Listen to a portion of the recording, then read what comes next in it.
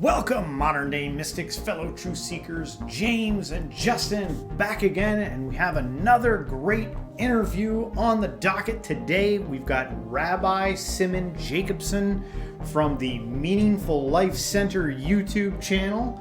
I'm pumped about this interview. I'm super excited. He seems like a very wise individual, well educated. He's an author, and I'm looking forward to hearing everything that he's got to tell us. So let's just get right into it.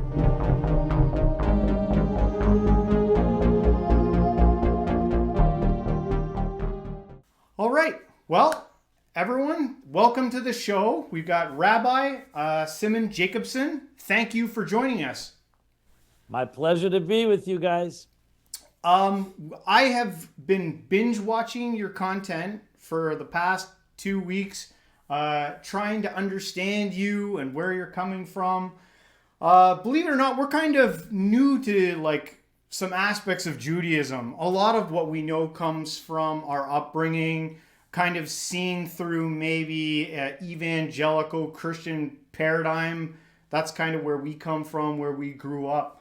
And I was trying to figure out where you were at, and I was like, is this guy like a traditional Orthodox, Jewish rabbi, or is he a Jewish mystic? I'm confused, and I was hoping maybe we could start there. You could explain for our audience, tell them a little about who you are and where you're coming from. Great question. Thank you. And thank you for having me. So it's going to be a little hard to fit me into a box, to be honest, because firstly, I abhor stereotypes. I don't like generalizations, not for me and not for anyone. Yeah. I like to speak what I call heart to heart, soul to soul. You're an individual, I'm an individual, let's just connect. And I think that many times our labels and titles, like I like to put it, labels are for clothing, not for souls. You know? So I'll definitely give you some background where I come from. I just wanted to qualify it by opening up with that. And I just would love if people can just transcend all their so-called cultural and racial and religious affiliations or non-affiliations, and really be able to connect on like I said, a spiritual level. So I grew up in Brooklyn, New York, Crown Heights, to be exact, where I am right now. Both my parents are Russian-born, who came to the United States after World War II. My father was from Moscow, Russia, born. My mother was born in southern Russia. They met here in the United States and married. So I'm a baby boomer, born in 1956. So I grew up in what would be called, if you were going to use a label, people would call the Chabad Chassidic Jewish community. So yes, some would call it ultra-Orthodox in the sense, you see I wear a kippah, a covering on my head, I have a beard, and on Shabbat and holidays I dress certain garments that are traditional uniform, so to speak. But we are, as I said, I'm an individual, I don't fit into any particular group. So I grew up in a very traditional Jewish community, meaning I went to what's called yeshiva, intense Jewish education, from 7 in the morning till 7 at night. Very much a lot of study, a lot of pressure in that sense. But the good news in my case, I did not grow up in a dogmatic environment, in dogmatic home. My father was a journalist. My mother is very well-read, educated. So I grew up in a very open-minded home. So while we had strong traditions, but at the same time, skepticism was welcome, questions, I was never silenced, I was never imposed upon. I say that because many people, as you probably know, some people even call it religious trauma. They had religious trauma. Religion was imposed upon them. They were punished. They were made to fear God, to tremble, and a lot of negative neuroses that comes out of this type of religious pressure. So in my case, thank God, I would say I didn't have any of that. So for me, it was all beautiful, warm, family-oriented, holidays, traditions, and so on. So I have this interesting mix. By nature, I'm a skeptic. So I always challenged what I grew up with. I grew up with these traditions. I always wondered, is this just some way of mind control and so on. Again, I was not abused. I wasn't molested, so I don't have any trauma connected to religion. It was always nice for me. But still, I was still looking for the truth. And it was only when I finally, at my teenage years, discovered the spiritual dimension, we call the soul of the mechanics. Think of someone is taught to play piano or another instrument and no music is heard. All you do is bang on keys. At some point it becomes too mechanical, it's too robotic, by rote. So I learned when the mystical and the spiritual taught me the music. Once I heard the music, everything changed. It's like touched my heart, my soul. And that's when I could say I was like a rebel without a cause, and then I found my cause. And I'm a passionate guy, so I really threw myself into the spiritual side of it and realized how few people know about that. And that's when my mission was forged as an 18-year-old, where I realized that I had the ability to communicate. I didn't know where it's going to go, but I was passionate about it, and I really became the person I am today, an author, a writer, a broadcaster. I tried to communicate, a counselor to many, a mentor, which is essentially taking these, what I would like to call timeless, universal spiritual ideas and make them practical. Some people call me a bridge between the spiritual and the secular, because I do know the secular language. I do know the world. I have well read. I have been around. But I really feel that he is defining what I call the psycho-spiritual, the psychological spiritual dimension that can empower us with life skills and tools to really live the most meaningful life possible, which is why I had an organization called Meaningful Life Center, based on my book called Torah to Meaningful Life. And thank God I've been really blessed to have only, beautiful, a great team that works with me and reach many different types of people. And here we are. And I honestly feel very strongly about the fact that we are all 8 billion people on Earth, all indispensable musical notes in a large cosmic symphony. And each of us plays our song in our own way, but we need each other and we all are needed. And that, in a nutshell, is my philosophy of life. Well, it's beautiful. It's beautiful and it's amazing. And I hope other people get similar opportunities to be raised the way you were, because all of that comes through in everything that you talk about. Yeah. You talked a little bit there about your channel. Man, you've been going for a long time. Were you at the start of YouTube? Your channel's like 16 years old. Well, no, YouTube, of course not. Not only that, when I was 16 years old, we didn't even have a computer. We had a typewriter. Yeah. Not you 16. YouTube is like your channel's been up for 16. I understand. I got it. YouTube is 16 years old. When I began, I was just used a typewriter. Did you ever see a typewriter? Actually, believe it or not, we might look a little bit younger than we are. I actually, in high school, I learned how to do keyboarding on a typewriter. Yeah. It was probably like the last class, but yeah, I grew up with computers. So my teenage years were in the 70s. Yeah. And the early 70s. So I used a typewriter. I used my pen. Yeah. What we would call today dinosaur snail mail. There was no technology as we know it today. Yeah. In 1982 was when I got my first computer as a writer. I remember what they call a Commodore. In my case, it was a North Star. It was all built into one box. It was a green screen with keys all built into one chassis. And then I remember the fax machines came, and then the I don't know if you remember, the BBS was an electronic bulletin board system, and then finally in the early 90s, websites, email. But I was always very adept and very felt that you have to use technology because it really speeds up things and helps get the message out to larger audiences. So I grew with it. Yeah, and it wasn't a novelty for me. I always found it as a real tool of amplifying the message, just like radio and TV did earlier. Once the internet and the web, and then of course the birth of search engines, and then you mentioned YouTube. So immediately when YouTube started making their platform available, I was probably one of the earliest to be on it. Then it was still dial-up modems, and it was slow, and it was very, very weak, and low resolution and so on. But then I saw it grow, and I still think it's in its infancy. So I would say, I was there from the earliest using it. And I remember giving classes up in the Upper West Side of Manhattan, and we had a little, a webcam that would Yeah. click and would fall. I mean, it was like very primitive, relatively speaking. And Yeah. we would record. So I have those old recordings, and I just did it. And as it got better and better, it really became a revolution in many ways because today, many classes I give are just online. I used to give classes only live in person. Yeah. The whole concept of recording a class and then broadcasting it is, as you said, YouTube is 16 years old, but even those 16 years, things have changed. Yeah. Live broadcasting and so on. So, yeah, but I've been there, so I'm from the pioneers. Yeah. The title of your show is the Meaningful Life Center, and you've got your book called Toward a Meaningful Life. Maybe a good place to springboard into next would be, what would you consider to be a meaningful life? Well, I think contrast always helps. So let's think of a meaningless life and then compare it to a meaningful life.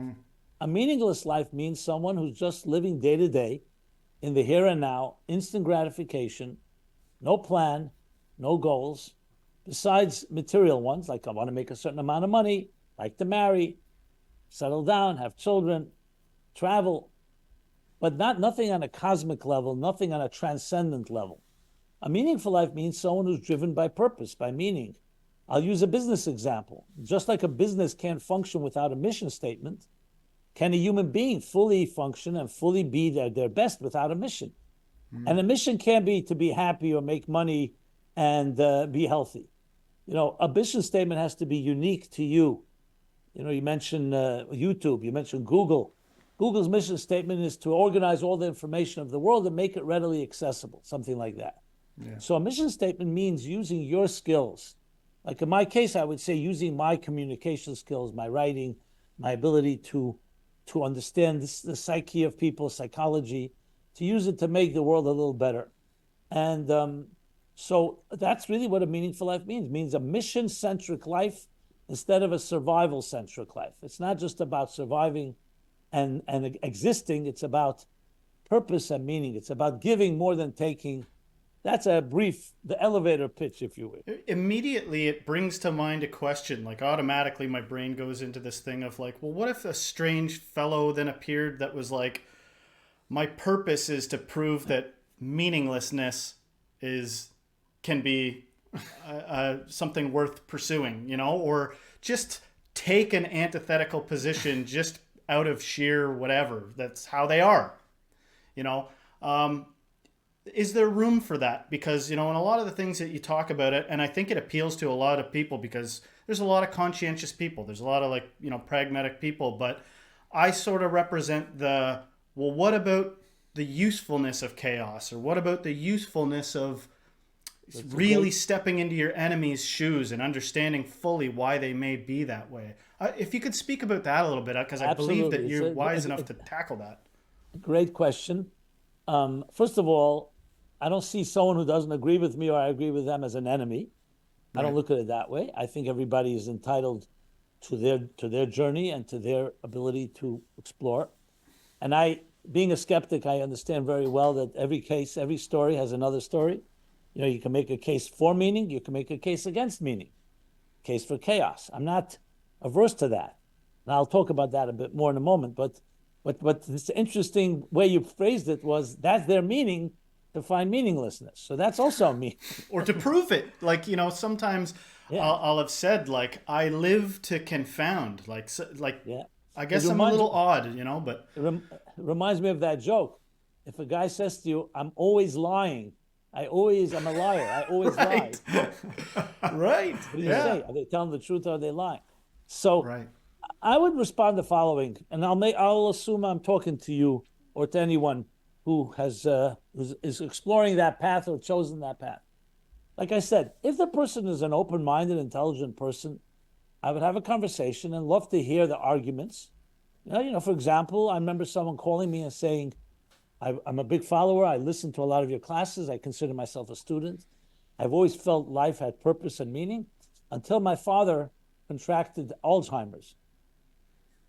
And now I cannot accept life has meaning. I cannot accept a God because what doesn't make any sense. And he said to me, why, if God wants to take him, let him take him. Why strip him of his dignity, of his mind, of his self, of his pride, of his. Yeah. And he said, and I just cried with him. That's all I could do. I wasn't going to go argue with him and start philosophizing. So I think it's critical in this conversation not to just play mind games and chess, so to speak, brain chess, but rather to also empathize and relate. Because I really feel that most of our decisions are not purely, we're not computers, let's be honest. We're not just, pure mind. There's also emotions. And I mean that not in a dismissive way. I mean it actually in a sophisticated way. We all have feelings. And I would love to explore with somebody what feelings led them and what experiences led them. If they went through a Holocaust, if they went through trauma, I understand, that pain. And I would never try to convince them. I would say, look, the mere fact that you have such pain, I'm not assuming anything. I'm just giving you a scenario. Yeah. The mere fact that you are so adamant to argue meaninglessness, maybe that alone tells you that there's some type of purpose to your life. And I'm not here to, I look to hear both sides of the story. I believe I can make a very good case for meaninglessness. But to me, the reason I didn't choose that path, let me tell you honestly, is emotionally and intuitively, it was a choice to make. I don't have absolute proof that life has meaning because I could also, as you said, chaos, look at how many look at senseless deaths and senseless disease and things that happen that we totally cannot fathom. So I could understand making that case. But then there comes the choice. What resonates most? Let's argue that we don't have absolute proof this way or that way. I never liked the idea of living on the fence and just saying I'm agnostic. You know what? It could go either way. I just felt it was a cop-out for me. I felt I wanted to engage in life more. And frankly, engaging a life of meaning to me, I have more passion in that than a life of anarchy, if you wish. And I don't mean anarchy hurting anyone. I just mean a life where there's no rules and there's no purpose and it's not going anywhere. And it's just one big random accident and coincidence. So my only case for it is experiential. My experience, like the music I mentioned. The music touches me. It doesn't touch you, God bless you. I have no issue with that. So I wouldn't engage in a debate, even though I can debate the issue if you want to go into the intellectual side. It seems to me that human beings gravitate toward design, toward purpose. Look at how we build businesses and how we build machines. When you come into your house, you don't like chaos. Nobody likes a house that's a mess. Even little children, you see they play games and they fit the ovals into ovals and the squares into squares. There's something that we're wired for organization and purpose and design. They call the anthropic principle. So I understand you can say, fine, we like order, but who says there's purpose and meaning? So many things resonate to me as being more purposeful life. Understanding you have a goal, you set a goal. The goal is, let's say, and we'll talk about altruistic goal, to reach 1 million people with a kind message, with a loving message. To me, sounds far deeper type of life, a richer life, than someone who says, I don't really care about anyone. No one cares about me. It's dog eats dog, survival of the fittest. Not that a case can't be made for that, but it just doesn't resonate with me personally. But I fully understand, and frankly, I think many people do live lives that way. And I will add, by default, not because they thought about it, is because in our schools, we're not taught about purpose and meaning. We're really left out, lost at sea. We may be taught the physical sciences, the social sciences, political sciences. But when's the last time we had a class that taught, they teach philosophy, but they don't really give you the tools to make decisions on this level. So it's a great discussion. And I'm sure every one of your listeners, I'm sure you and I've struggled with this. I still do. But I do have formulated more or less an approach to life. But I mostly find that people who argue the argument of meaninglessness, it's usually due to pain and suffering somewhere, or they really just love to play that game of the mind where, meaning, okay, let me give you the case for meaninglessness. Or, to be honest, I don't want to be dismissive, but I will say some people, it's a more convenient way of living. You're not accountable to anyone. Let's be honest. You're not accountable. Accountability is never pleasant. I'd also like to just do whatever I like. But I do feel at the end of the day, the person you love and loves you, you should be accountable to them and not say, hey, it's all meaningless because we're all going to die at the end. And who cares whether I cheated on you or not? Right. I just find that to be a problem.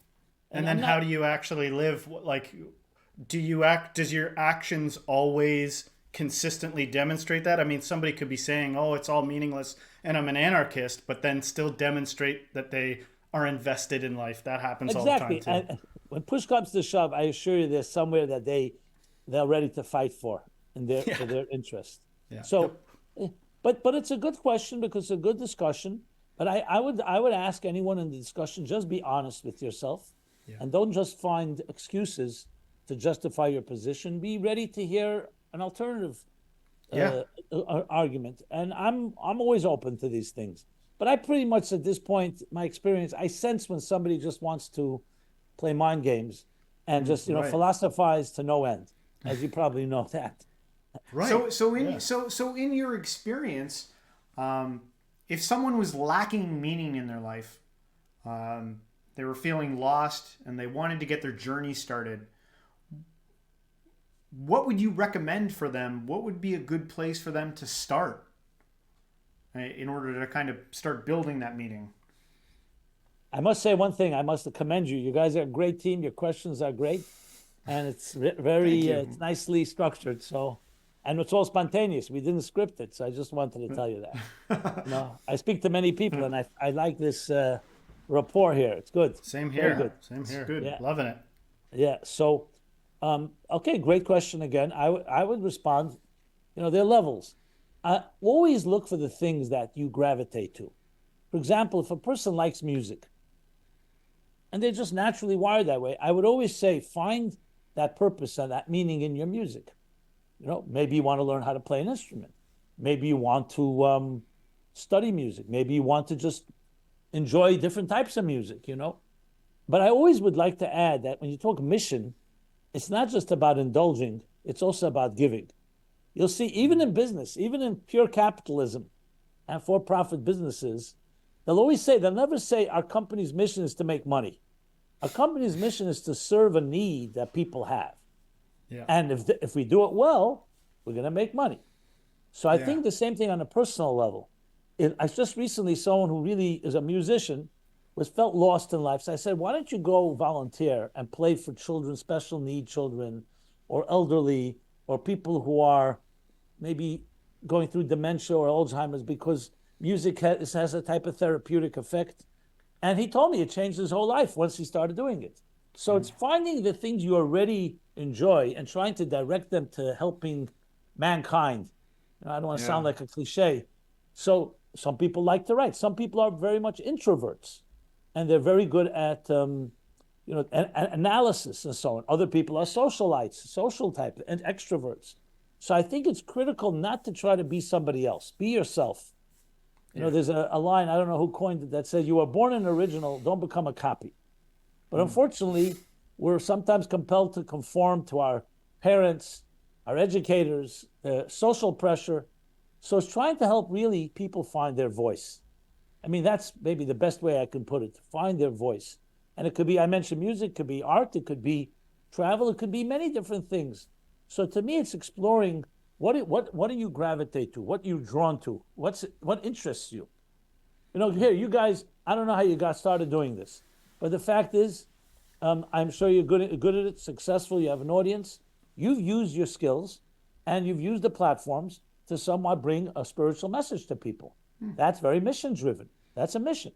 It's a mission that, you're good at it. If you were, for example, had stage fright and couldn't get to a microphone, it probably wouldn't have been for you. Then you'd have to maybe be the producer behind the scenes. I don't know. Right. Well, sometimes it's a spiritual message. Sometimes it's more of a just a philosophical message. And I understand. So that's how I do it. I actually, a few years ago, in response to this, I created a course called How to Discover Your Personal Mission Statement. Right. And I have a formula there, which I'll share. It's called POP, P-O-P-P, plus P, plus H equals M, which means like this. The POP stands for personality, your opportunities, people, and places you've been to and know. Right. Plus P, your passion.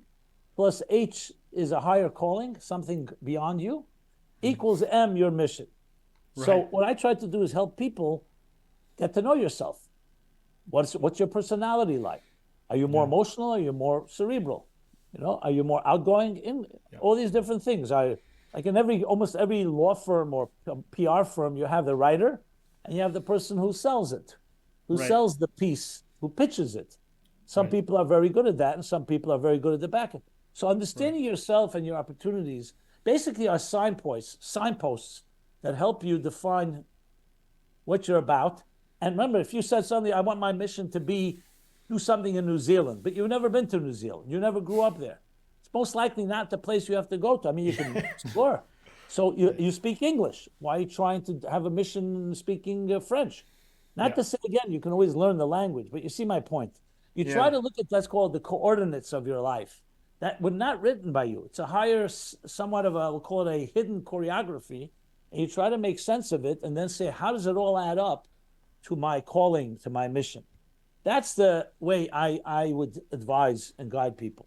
You present such a good argument for people that do want to focus on these positive attributes. And one of the things that I think that makes you effective is this element of honesty, which you talked about in one of your videos, just that if we're going to have intelligent discussion, then there's got to be some assumption of honesty in the discourse. And that's pretty important to me. I often rattle off about honesty. But then again, I got to understand why somebody would maybe live opposed to that. But essentially, it brings to mind, oddly enough, the Bible verse that says, if you're wicked, be ye wicked still. If you're holy, be ye holy still. It's almost like, look, do you care about goodness? Do you care about, being effective in a life purpose?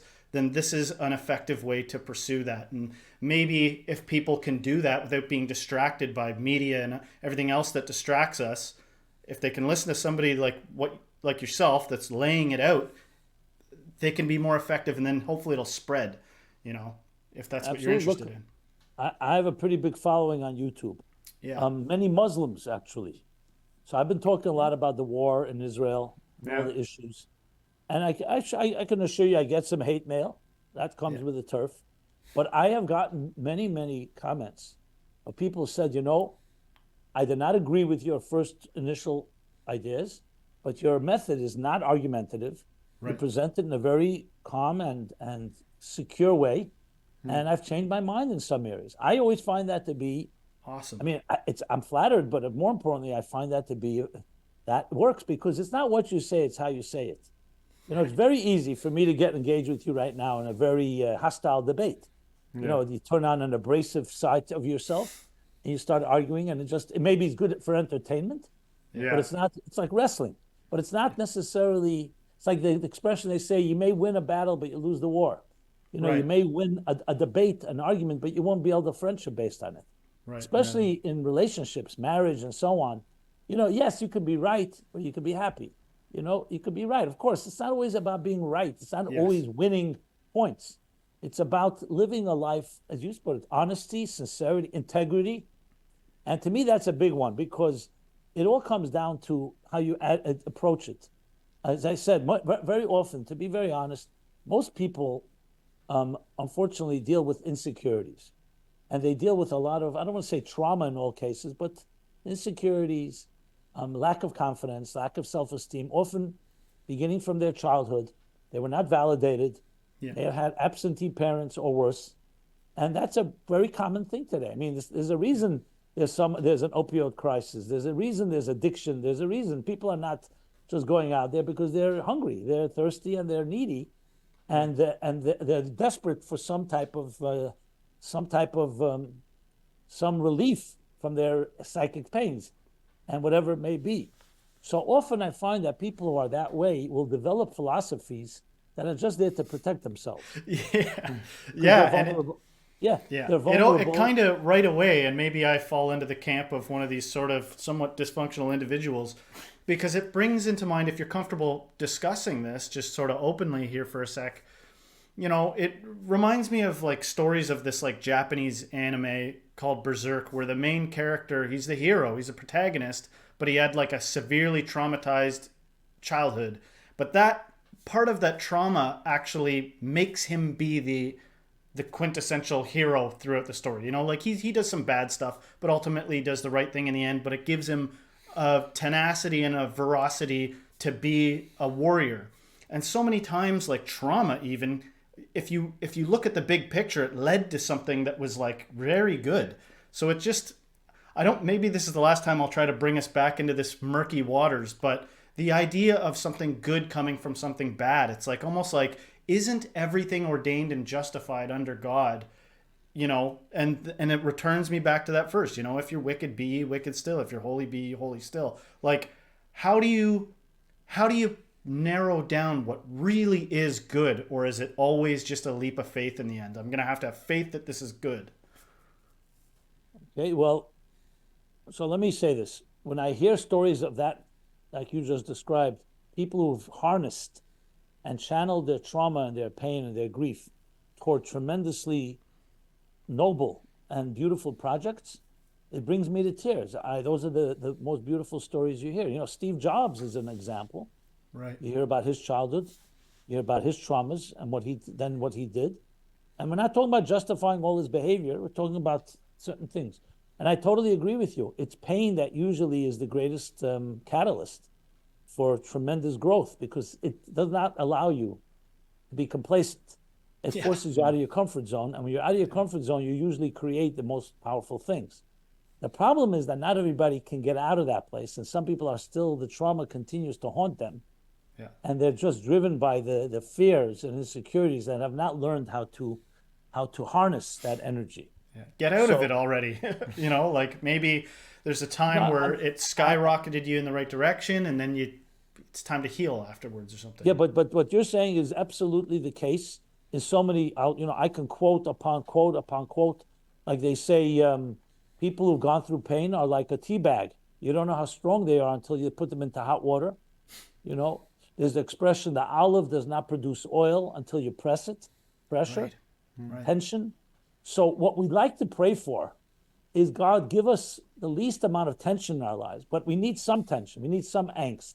You just don't want it to be overwhelmed by it. You wouldn't even pick a life with no tension. Oftentimes, it's like we discuss that weird phenomenon all the time. Like, give yourself the cheat codes of the video game. Make the situation with zero competition. You will be bored. And so I like that prayer. Give us just the right amount of tension to make us better. Exactly. Or whatever you said. But you know, I know people who are potheads and they don't want any tension, and they'll just smoke a joint every time they feel uncomfortable. And you know, God bless them. They want to live in a fog-like, numb-like state. That's their thing. They're comfortably numb. But but the truth is, this is really a personal choice. I mean, often I meet people who are on such pain, they just want to get rid of the pain. And they'll just take painkillers, whether it's physical ones or psychological ones or emotional ones. And they'll use everything. I mean, usually relationships will suffer. I mean, take sexuality itself. Sexuality may be the most abused and also the most beautiful force in life, is one of those things. It could become instant gratification just to relieve yourself and just have a moment of respite, but it doesn't build anything. So each person has to be looked at individually. It's very hard to, because I don't want to in any way come across as judgmental, because you don't know what people go through. So I try to be there as a friend. You know, let's talk heart to heart, share, I'm here for you. We cry together, we laugh together, and help people build the confidence and the security they need to be able to spread their wings. Diversity with harmony, like you said in your one video. I loved that. I wrote that down. Yeah. The porcupine, you know, has the sharpest needles and the softest underbelly. So sometimes when you see someone that's very, very abrasive, very aggressive, they may be just protecting their very soft, vulnerable spot, and they just don't want to be hurt. Yeah. You know? Yeah. A lot of your content, you're talking from like a biblical perspective, whether it's mostly I guess the Old Testament Torah and stuff like that. And I guess I'll just kind of shift gears a little bit here, seeing as we've got a Jewish rabbi on. There's many ways to approach the Torah or the Bible or even any other spiritual text that may be out there. From your perspective, what do you think is the best way in 2023 for us to approach these spiritual texts? Well, again, a great question. I would say the following. First of all, you have to remember many of these texts are unfortunately been hijacked, to be perfectly candid, by people who have abused or misinterpreted them. And we have a lot of stereotypes to undo. You know, most people hear the word God, well, many people who hear the word God don't necessarily have a positive reaction, because the God that they grew up with could have been a very punitive God. They may have been abused by a clergy member. They may, I'm just giving you nightmare scenarios. They may have seen God as representing everything they hate. You know, that's why you find words like fear, neurosis, anger, punishment, judgment. These are words that are associated with God, with religion. So I'm very sensitive to that. Yeah. So I always know that I'm not dealing with a level playing field. People are not neutral when it comes to religion and God. In most cases, many people either have a negative or they may have a positive. So I have a favorite expression I like to use a lot. It was coined by a great mystic, a Chassidic leader in the 19th century. He said to a self-proclaimed atheist, the God that you don't believe in, I also don't believe in. So in other words, we have to sometimes dispel some of the myths. So I would respond to your question as follows. The texts are there. They're holy texts. And they may come from different places. But make sure that when you read it and you read the commentary, it's coming from a healthy place. Not by someone who's using it for their own needs or for control or for money or for something like that. Because then they're basically polluting the holiness of it. And unfortunately, as children, you know, we are dependent on the adults around us to learn these texts and study these texts. So I just needed to say that. But then once you are able to find the right teacher, the right people you can trust, and shop around. What I mean by that is trial and error.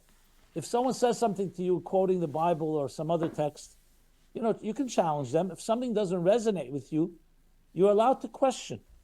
Until you find someone that really allows you to question, doesn't silence you and just tell you, hey, I'm the authority, you just have to listen. That's not a good sign in my mind. And once you find, so to speak, if you want to call it lack of a better way of putting a spiritual mentor or someone advisor or someone you can speak, or even a friend, then they can help you explore these texts in a good way, you know, maybe the right order. Where do you begin? There's so many texts to read. Some people are very soothed by the book of Psalms, some by the book of Isaiah, some by the book of Proverbs. You know, the different books of the Bible I'm mentioning it. And I would, again, go back to what I said. There's actually a powerful expression where a student asked his teacher, where shall I begin? He said, where your heart desires. So I would allow people's heart to guide me and them and say, like, what do you really like? Some people love history. Some people love spirituality. Some people love text-based study. There's no right and wrong here. Right. So it's really helping. It's like being think of it, a tour guide. You're helping people, guide them in their journey and looking for the signs, what resonates with them, the right vibe, the right environment. And there are many beautiful, beautiful texts. You know, you quoted a verse before that touches you, and there are many verses that and texts that really capture a certain mood, a certain feeling, and so on. I mean, I have many of my own, but they also change. It's like music in a way, but it's really allowing people the freedom, giving them the license to travel, and not feeling the pressure that they have to live up to someone's standards and so on. You have to live up to your own. It's between you and God, and I'll help you figure it out. But I'm not going to do it for you. But I'll help you, guide you. You know, help yourself, as we say.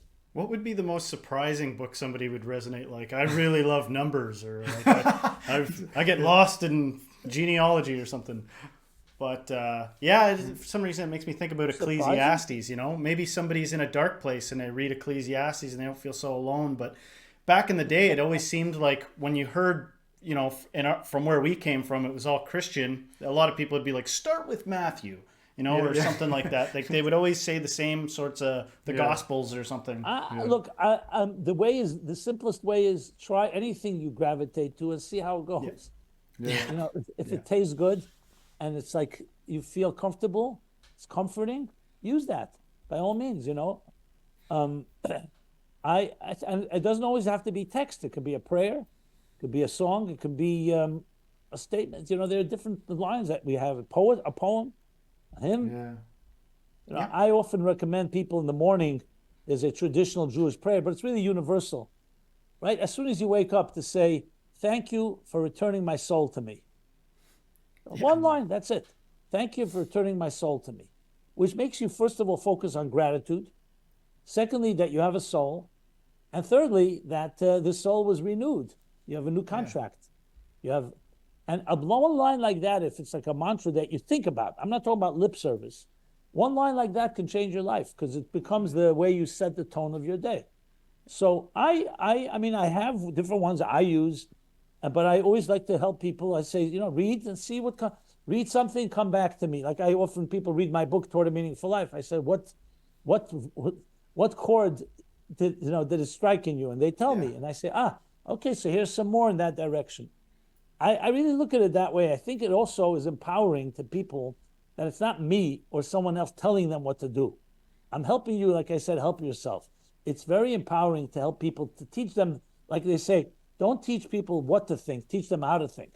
Yeah, one of the things I used to love about the Old Testament were the amazing stories in there, like the miracles of God, whether it was Moses going through, the sea, or the flood, even though that was a bad thing that happened to him. I used to love all the miraculous stories that happen in the Bible. I always longed for that, wishing it was something that I experience now in my sitting reality. And I feel like a lot of people are longing for that profundity, that that big God experience. In your journey, what has, if you're comfortable sharing, what has been the moment for you, that you felt you felt like God really spoke to you, like it was a God experience? Okay, I'll tell you. I remember when it was 1975. It was the month of June.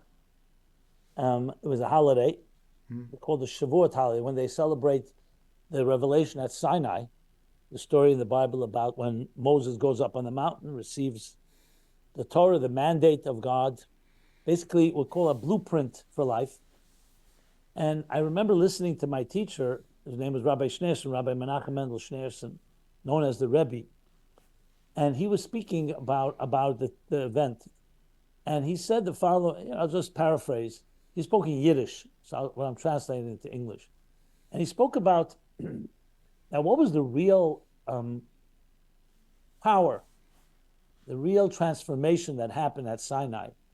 He said was that not just that we received the law and we received spiritual direction and a blueprint for life, but that it gave us the power to transform the material world into spirit, into energy. So take a physical object, take a dollar bill, a piece of food, and turn it into divine energy. That very object, which could have been used for selfish purposes, for materialistic purposes, instead you gave that dollar to charity. So you sanctified it, and in a sense released its inner energy. And I remember when I heard it, the way he described it, he was speaking with such crystal clarity that I felt like he saw how it's happening, and I experienced it literally viscerally. That I said, you know what? Well, that's amazing. That's like, I love physics, so it related to me. Oh, it's like releasing subatomic spiritual energy. So just like in a nuclear fusion, nuclear fission, we are releasing energy from just plain matter, which is really the same idea as that spiritually we can release energy, that existence, a very existence that we're looking at right now. Here, we're using technology. Some people use technology for nonsense, for selfish purposes, for destructive purposes. And here we're using these airwaves and the energy in that whole process of you are where you are, I'm where I am. And hopefully this will help someone who's listening to this. To me, that idea of taking matter and transforming it into spiritual energy was like an epiphany moment. you call a wow moment, where I said, oh, that's unbelievable.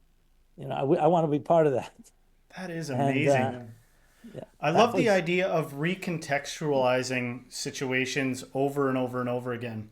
Because I do think people experience spiritual events in their life, and then maybe over time they begin to question it. Like what happens if, after a certain amount of time, Moses was like, did I really hear from God or something like that? And as a Christian, I encountered things, and over my life, probably like most people, peculiarities happen, synchronicities, all kinds of different stuff. And it brings to mind something that I won't go into the story of it, but when I was younger, I thought something significant happened, and I talked myself out of it. And then later on, came to like, no, why would I deny that there was something spiritually significant in that situation? For some reason, what you said there just brought that to mind is humans' ability also to recontextualize what happened, because it's possible that somebody could be in a synagogue or a church or whatever, and have a spiritual event happen and be surrounded by skeptics. But, people are like, oh, he's just, whatever. He's freaking out in the seat there. But it means something to them. And then just the context to which all that happens to, we have this ability as humans to like analyze it. It's interesting to me. no, absolutely. And there's always that voice, the skeptic, like you said, or the cynic, the one that throws cold water on your enthusiasm or excitement. Yeah. And Yeah. I find that to be, disturbing, because, Right. let's say you have a child comes home from school very excited. So, you're an adult, and you say, it's nonsense. You don't do that. You Right. validate. It's not the Yeah. experience, it's the person's experience of the experience. Not a matter of what, the person felt uplifted. Why would you go ahead and try to undermine that? Yeah. For what Yeah. reason? Unless it was destructive or something is dangerous. But a Control, person is maybe. excited about something, just because you're not excited, why would you want to undermine that?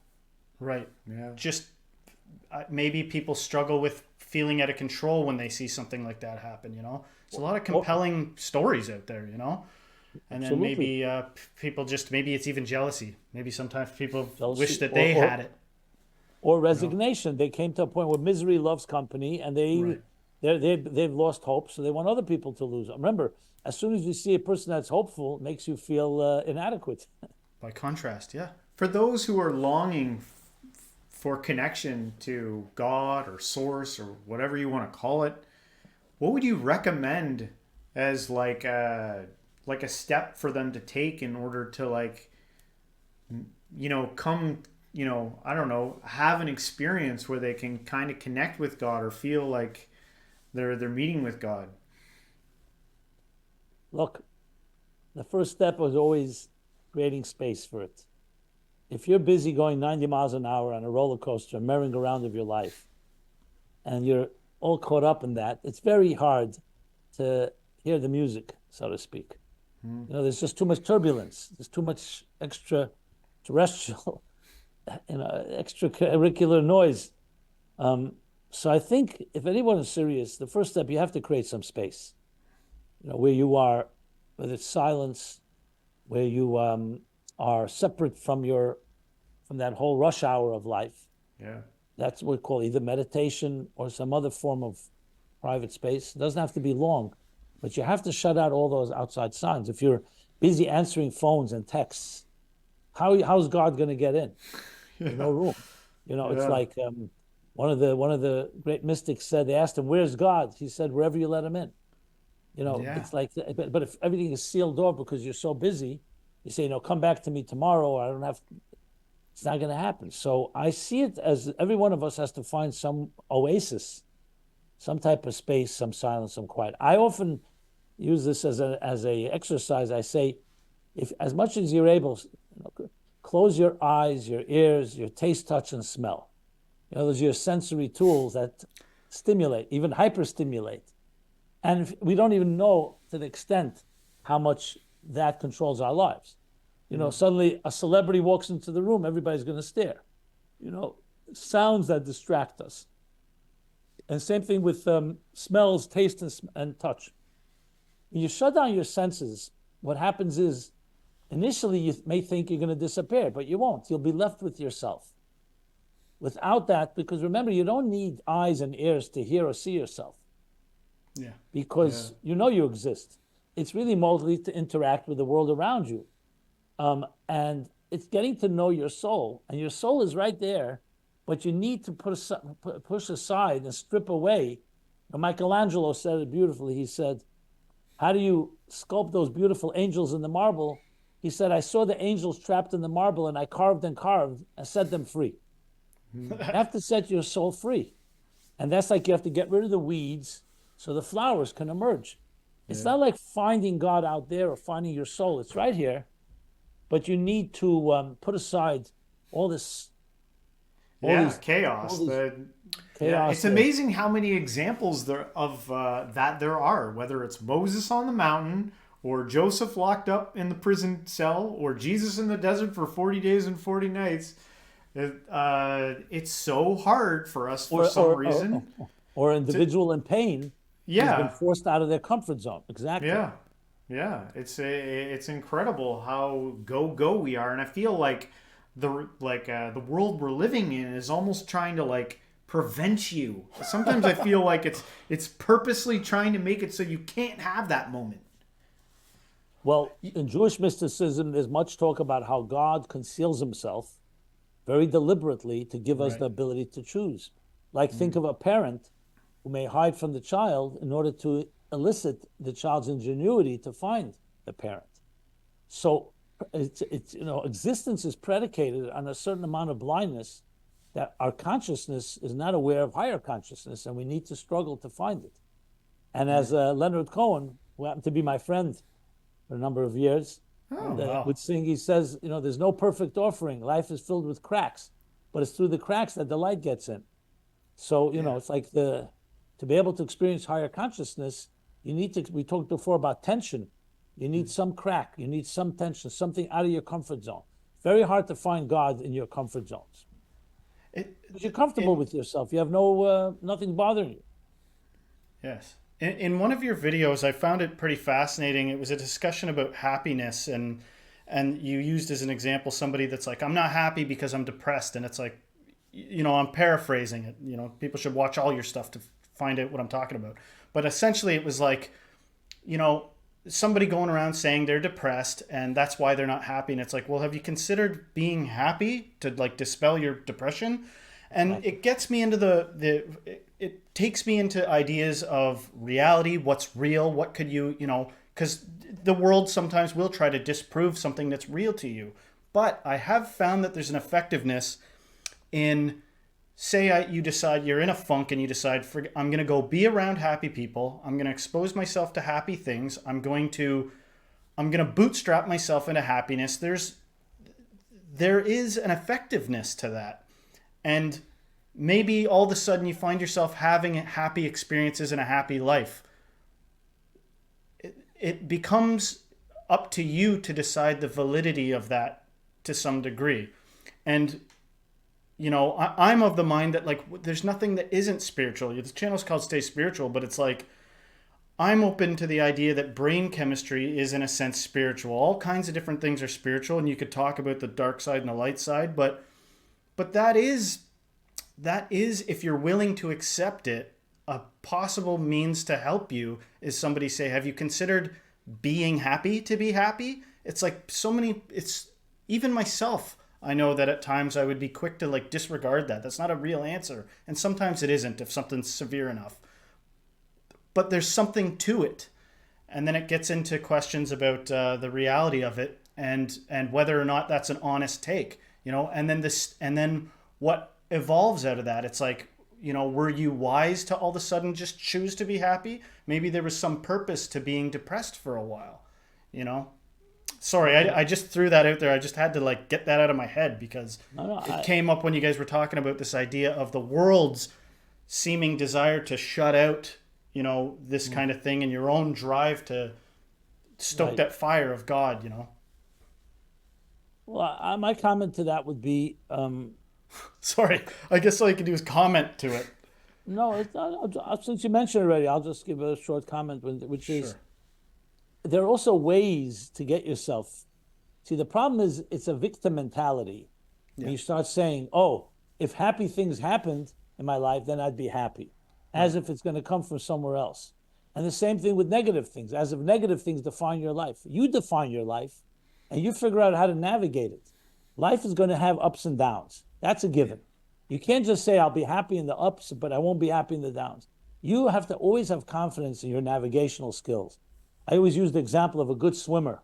A good swimmer doesn't always have calm waters. There's sometimes going to be a storm. And the swimmer then is going to have to be very creative how to get through the storm. And sometimes it's not by fighting the tide, but by allowing yourself to float and just going with the flow. So it's really learning how to navigate the vicissitudes, the ups and downs, the twists and turns of life, rather than saying, oh, if it's all good, then I know how to swim. It doesn't work that way. Not good swimmers never say that. Right. Good runners, no one that is excellent at something will ever say, oh, if the terrain was better, I'd be better. They say, okay, that's the terrain, I'll adjust accordingly. So it's really about empowering people that you could be happy if you allow yourself to navigate, have confidence in your skills, instead of just saying, oh, if I had all those blessings that guy across the street had, I'd be happy, which is not true at all, frankly. But it's ultimately, it's a cop-out. Now, I don't want to be judgmental either. There are things that really are very devastating. That's why you have to reach out to friends, and you have to reach out to projects and volunteer and do things that get you out of your morose and despondent state. You know, you can't lock yourself up. You have to find ways to serve. You know? Yeah, literally, you know, if you're confused, maybe look up, even refer to science and some of the studies on, you know, how humans benefit from, you know, social environments and actually giving and stuff like that. Yeah. On your channel, I noticed obviously lately you've been covering a lot on the war, a lot of things, and I've just been thinking about it. It's like, how do you talk about this subject without you know, like trying to pull yourself out of it, like and give like an overarching look at this situation. And as I've been, you know, trying to do it and look at it, it's for some reason I've been thinking about evil a lot, and like, what is evil? What is evil? And something came to mind, and I was just wondering what your thought was about evil in particular. And I got a statement. I wrote it down. It just says, is it possible, like, and I'm just curious what your thoughts are on the statement. Evil is a label that the ego gives to anything that threatens it. What do you think about that statement?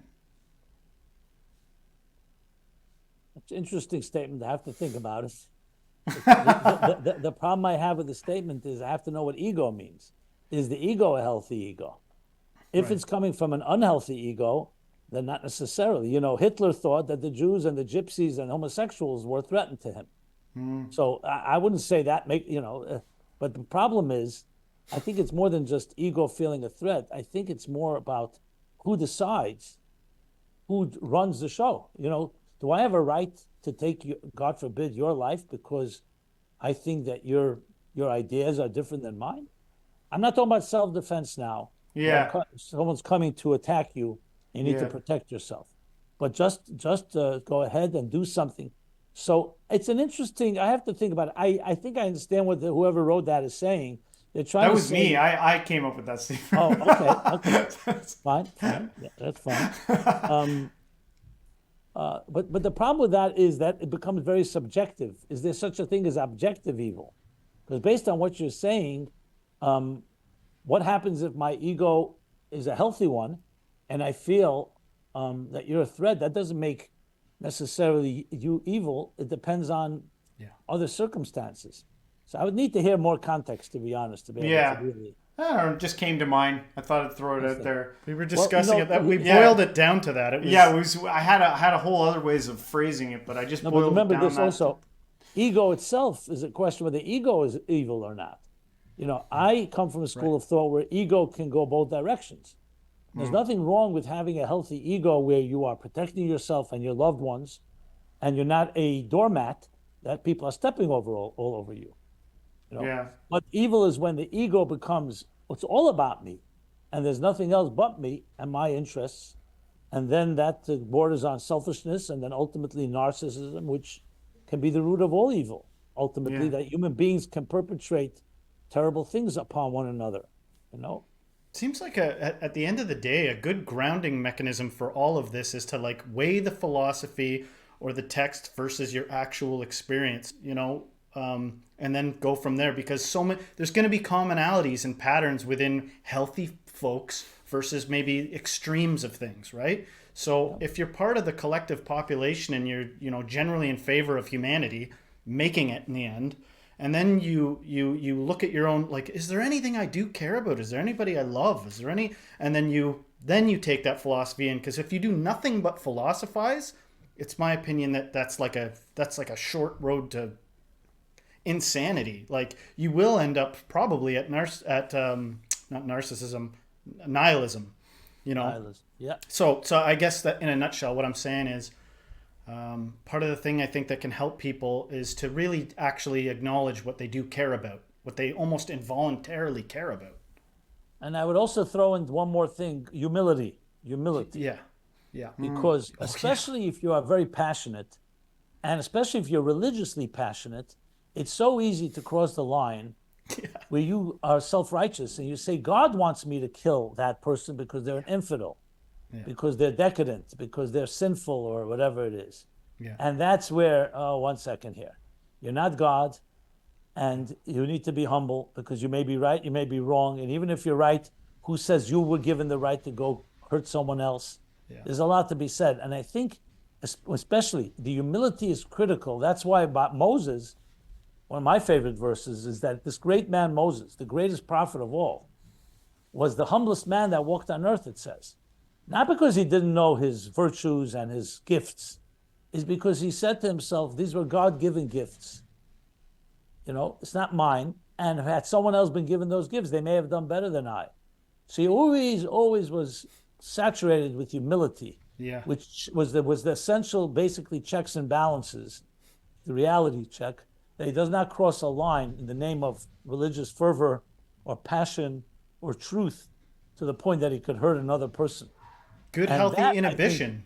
It's like good old-fashioned inhibitions, like watching your step. You don't know everything. That's going to cause you to be humble, it seems like. Just acknowledging that you can't know all things, right? But yeah, I mean, again, since we're talking about the topic, one of the ways to test to tell in the Bible, it talks about obviously the killing of enemies, there's war, and so on. But there's also an expression that says, even when you have to go to war out of self-defense and you end up winning, don't dance on the grave of your enemy. Don't celebrate in victory. You should cry to God that you had no choice, and there are people who've stooped to a level that there was no choice but to go to war with them. Yeah. So don't be happy about it. Yeah. It's like when God says to the angels who were singing his praise, when the Egyptians, and they were cruel, the Egyptians enslaved the Jews, the whole story of Exodus, they were singing God's praise after the Egyptians were drowning in the sea, which everyone would say they were like Nazis.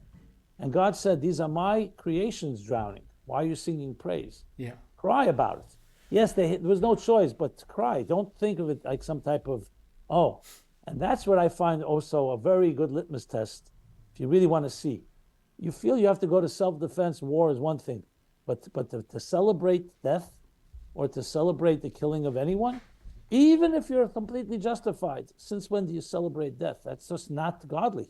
Yeah. That just doesn't work that way. There seems to be some social media platforms that take out the consequences of those things. Like every now and then you'll see something, and I'm convinced that there are some social media platforms, I'm not pointing out anything particular, that are meant to corrupt in a way, because they'll show people getting that juicy gotcha moment, or like I win, and people reveling in that. I'm like, that's foolish. Like that's just never the end of the story.